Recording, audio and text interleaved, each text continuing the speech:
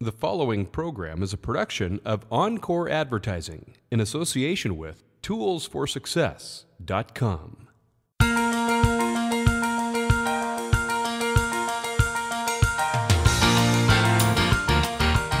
Well, we've heard it said that you never get a second chance to make a good first impression, that image is everything. I know my mother and father always told me that growing up, and it is true today just as much as it was back then, even truer today, because people make judgments on you based upon first impressions, usually in the first 10 seconds. Hi, my name is Ken Inlow. This is Tools for Success. Welcome to this podcast.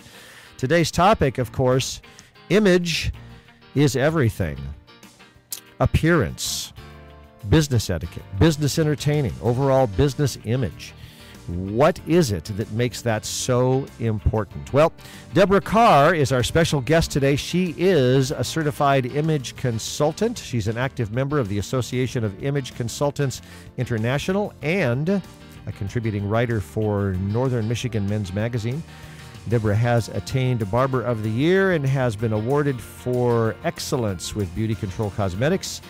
She was a barber salon owner for 26 years. She has been recognized in print media as a guest on radio programs and is here today to tell us how we can take our business to the next level as it relates to image. How is your image? Are you happy with it? Are others happy with it? What do others think when they look at you? What do others think when they see you? What do others think when they hear you speak? We're going to find out why those things are important in just a moment when we come back on this edition of Tools for Success with Debra Carr, all about image, right here. Stay close.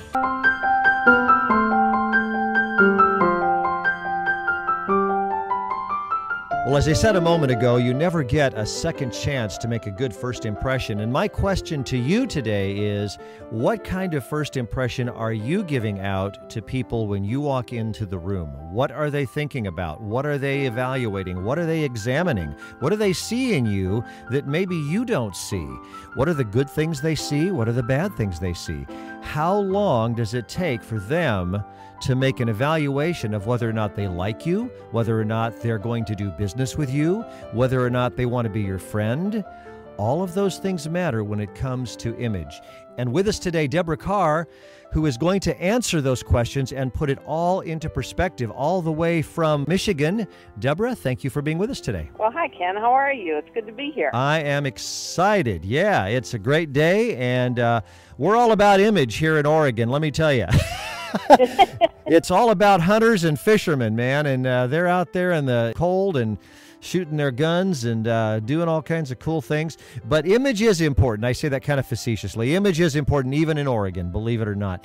It's important everywhere around the country, and you have quite a background. So let's start by asking you, why is image so important, not just in business, but just in all walks of life? Well, actually, Ken, image is huge regardless in what area it is in our life, regardless if someone is dating for the first time or if they're ready to make a deal, in business, because it actually tells who we are and what we're about. And in business especially, it can make or break a deal just by the way we enter a room. Now, let's talk about perceptions for a minute, because as I mentioned in the introduction, people do evaluate you when you walk in the room, like you say. And my question is, do people put others in different categories, even subconsciously, based on the image that they portray, maybe socioeconomically or stature-wise or any of those things? Oh, absolutely. Regardless if it's right or wrong, people do make perceptions during the first 10 seconds of meeting someone.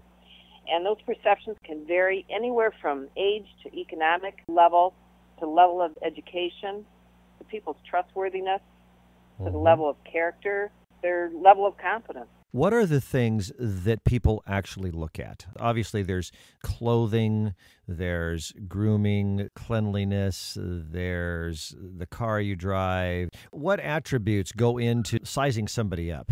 Any attributes, actually. And it's, we know that it isn't right. Exactly. People do size you up, but they do. And it can be actually from the way you carry yourself into the room, your demeanor, your action, all of your body language, and yes, even your appearance. with 58% of the way we communicate is nonverbal, Ken. The different attributes that people look at, regardless if it is right or wrong, anything from your demeanor, your action, attitude, and appearance is what it boils down to when you first enter a room during those first 10 seconds. And those perceptions carry over on everything from your economic level to your social status, your likability, if they want to do business with you or not, or even if they want to date you, if it's in personal life. 58% of the way we communicate is nonverbal, with 35% is the tone of our voice, and only 7% is the actual words we speak. So when 7 enters a room, it's tremendous. Now, image is important. We know that. But what about the little details? A lot of times people overlook those little things, and they say, well, it doesn't really matter if, I don't shine the shoes today or whatever. How important are the details? Well, there are no image police, actually, but details do make a definite difference in the way our images pull together so it's congruent with you and the message that you sent. And one doesn't have to own a Cadillac to recognize one. For example, the simplicity of just walking to an office or a store that's clean and well organized speaks volumes to us because it shows that business owner really cares. For the individual, it's their appearance, their grooming should be of utmost importance. Making sure that a man is clean shaven, that everyone's mouth is clean and healthy with good dental care, that hair is clean and well cut and well styled. And that's for both men and women. Women in business today average an income of 20 to 30% higher if they wear makeup, and that's subtle makeup. Those that wear too much, actually their incomes drop along with those that wear little or none at all. So there's that fine line of detail. Because if you take women, for instance, wearing makeup, the perception is that they are more detail-oriented and they'll pay more attention on their job and to the business at hand. Somebody goes into work sloppy, regardless if it's male or female. The perception is that they don't care, so why would they care about their work? Right. It does have a direct line to their income. Yeah, absolutely. Wow. Question concerning the whole package as it relates to business. I know that you and I have visited a bit in the past, and you shared a story with me at one time about one of your clients who had to make a very powerful presentation involving potentially millions of dollars. Tell us that story, because I think it's just very appropriate for what we're talking about here. It's appropriate, and even though his numbers were extreme for the average person doing business, the reason I told you that story is because details do make such a difference, and because the rules of the game are the same regardless of the number structure. I prepared one executive for a meeting for his board with his board of directors, and he was going to ask for $300+ million for this project that he was starting. And he had all the tools for the meeting. I mean, he knew all of his materials. However, his presentation started just before he entered that room. And the reason they started before he entered the room, he needed to walk in making a statement without saying a word. Everything had to be congruent. We packaged him from head to toe, commanding respect, not power, and that made a big difference in his presentation. And his body language, and even the suit he wore. Actually, Ken, it came right down to the dot in his tie, if you remember me telling you that before. And yes, he did get the money that he was asking for. That day, it was his entire package. His body language had to be appropriate for that.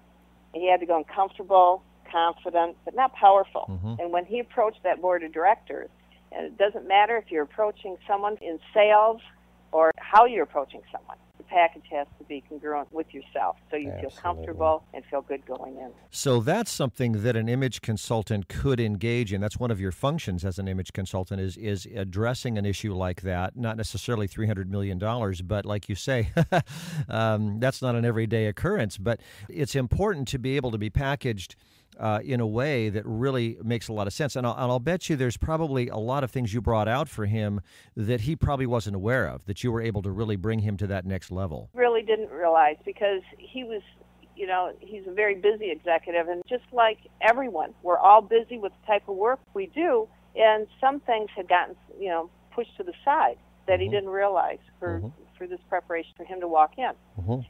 It also carries over if someone's ready to date. When they're repackaging themselves and getting ready to date again, if somebody's starting over. Sure. It also carries over, and like I said before, if someone's in sales Mm-hmm. or a business meeting of some type and moving up the corporate ladder or any ladder whatsoever. Mm-hmm. Absolutely. It carries over. I think it's interesting that you bring up the distinction between the two words respect versus power, because would it be your opinion that respect really can take a person further in business than just power? Would that make sense? Absolutely.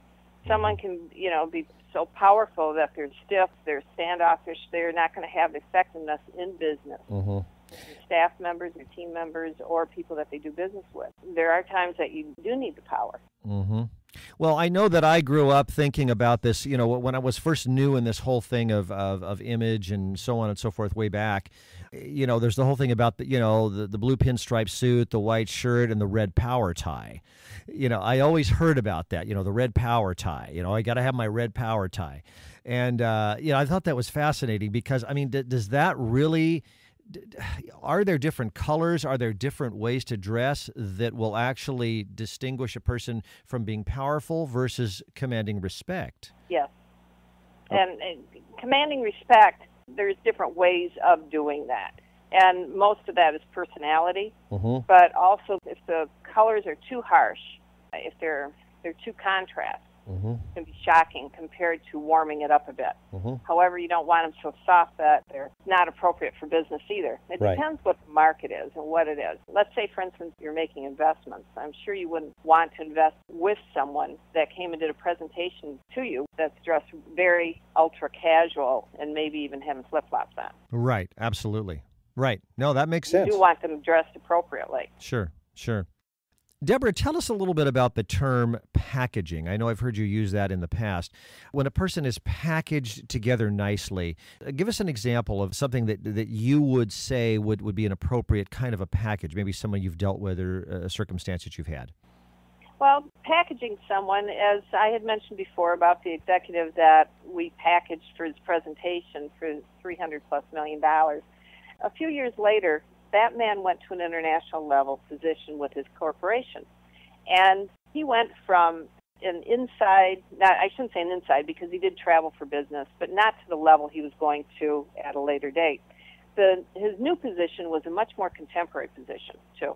And it put him in the spotlight. But however, he wasn't going to be wearing the corporate suit all of the time. But what we did with him is we changed his hairstyle. His mannerisms naturally stayed pretty much the same because, he was polished in that area. However, we did start working on international etiquette, and because he was going to be before the press, but because he was in a more contemporary position in his company, we changed his wardrobe around completely. And we took him from very classic, very, very classic, to more of a contemporary flair in his wardrobe, with some splashes of colors, and changed it all around. The thing is, he's 58 years old, so we also needed to make it age appropriate, where sometimes people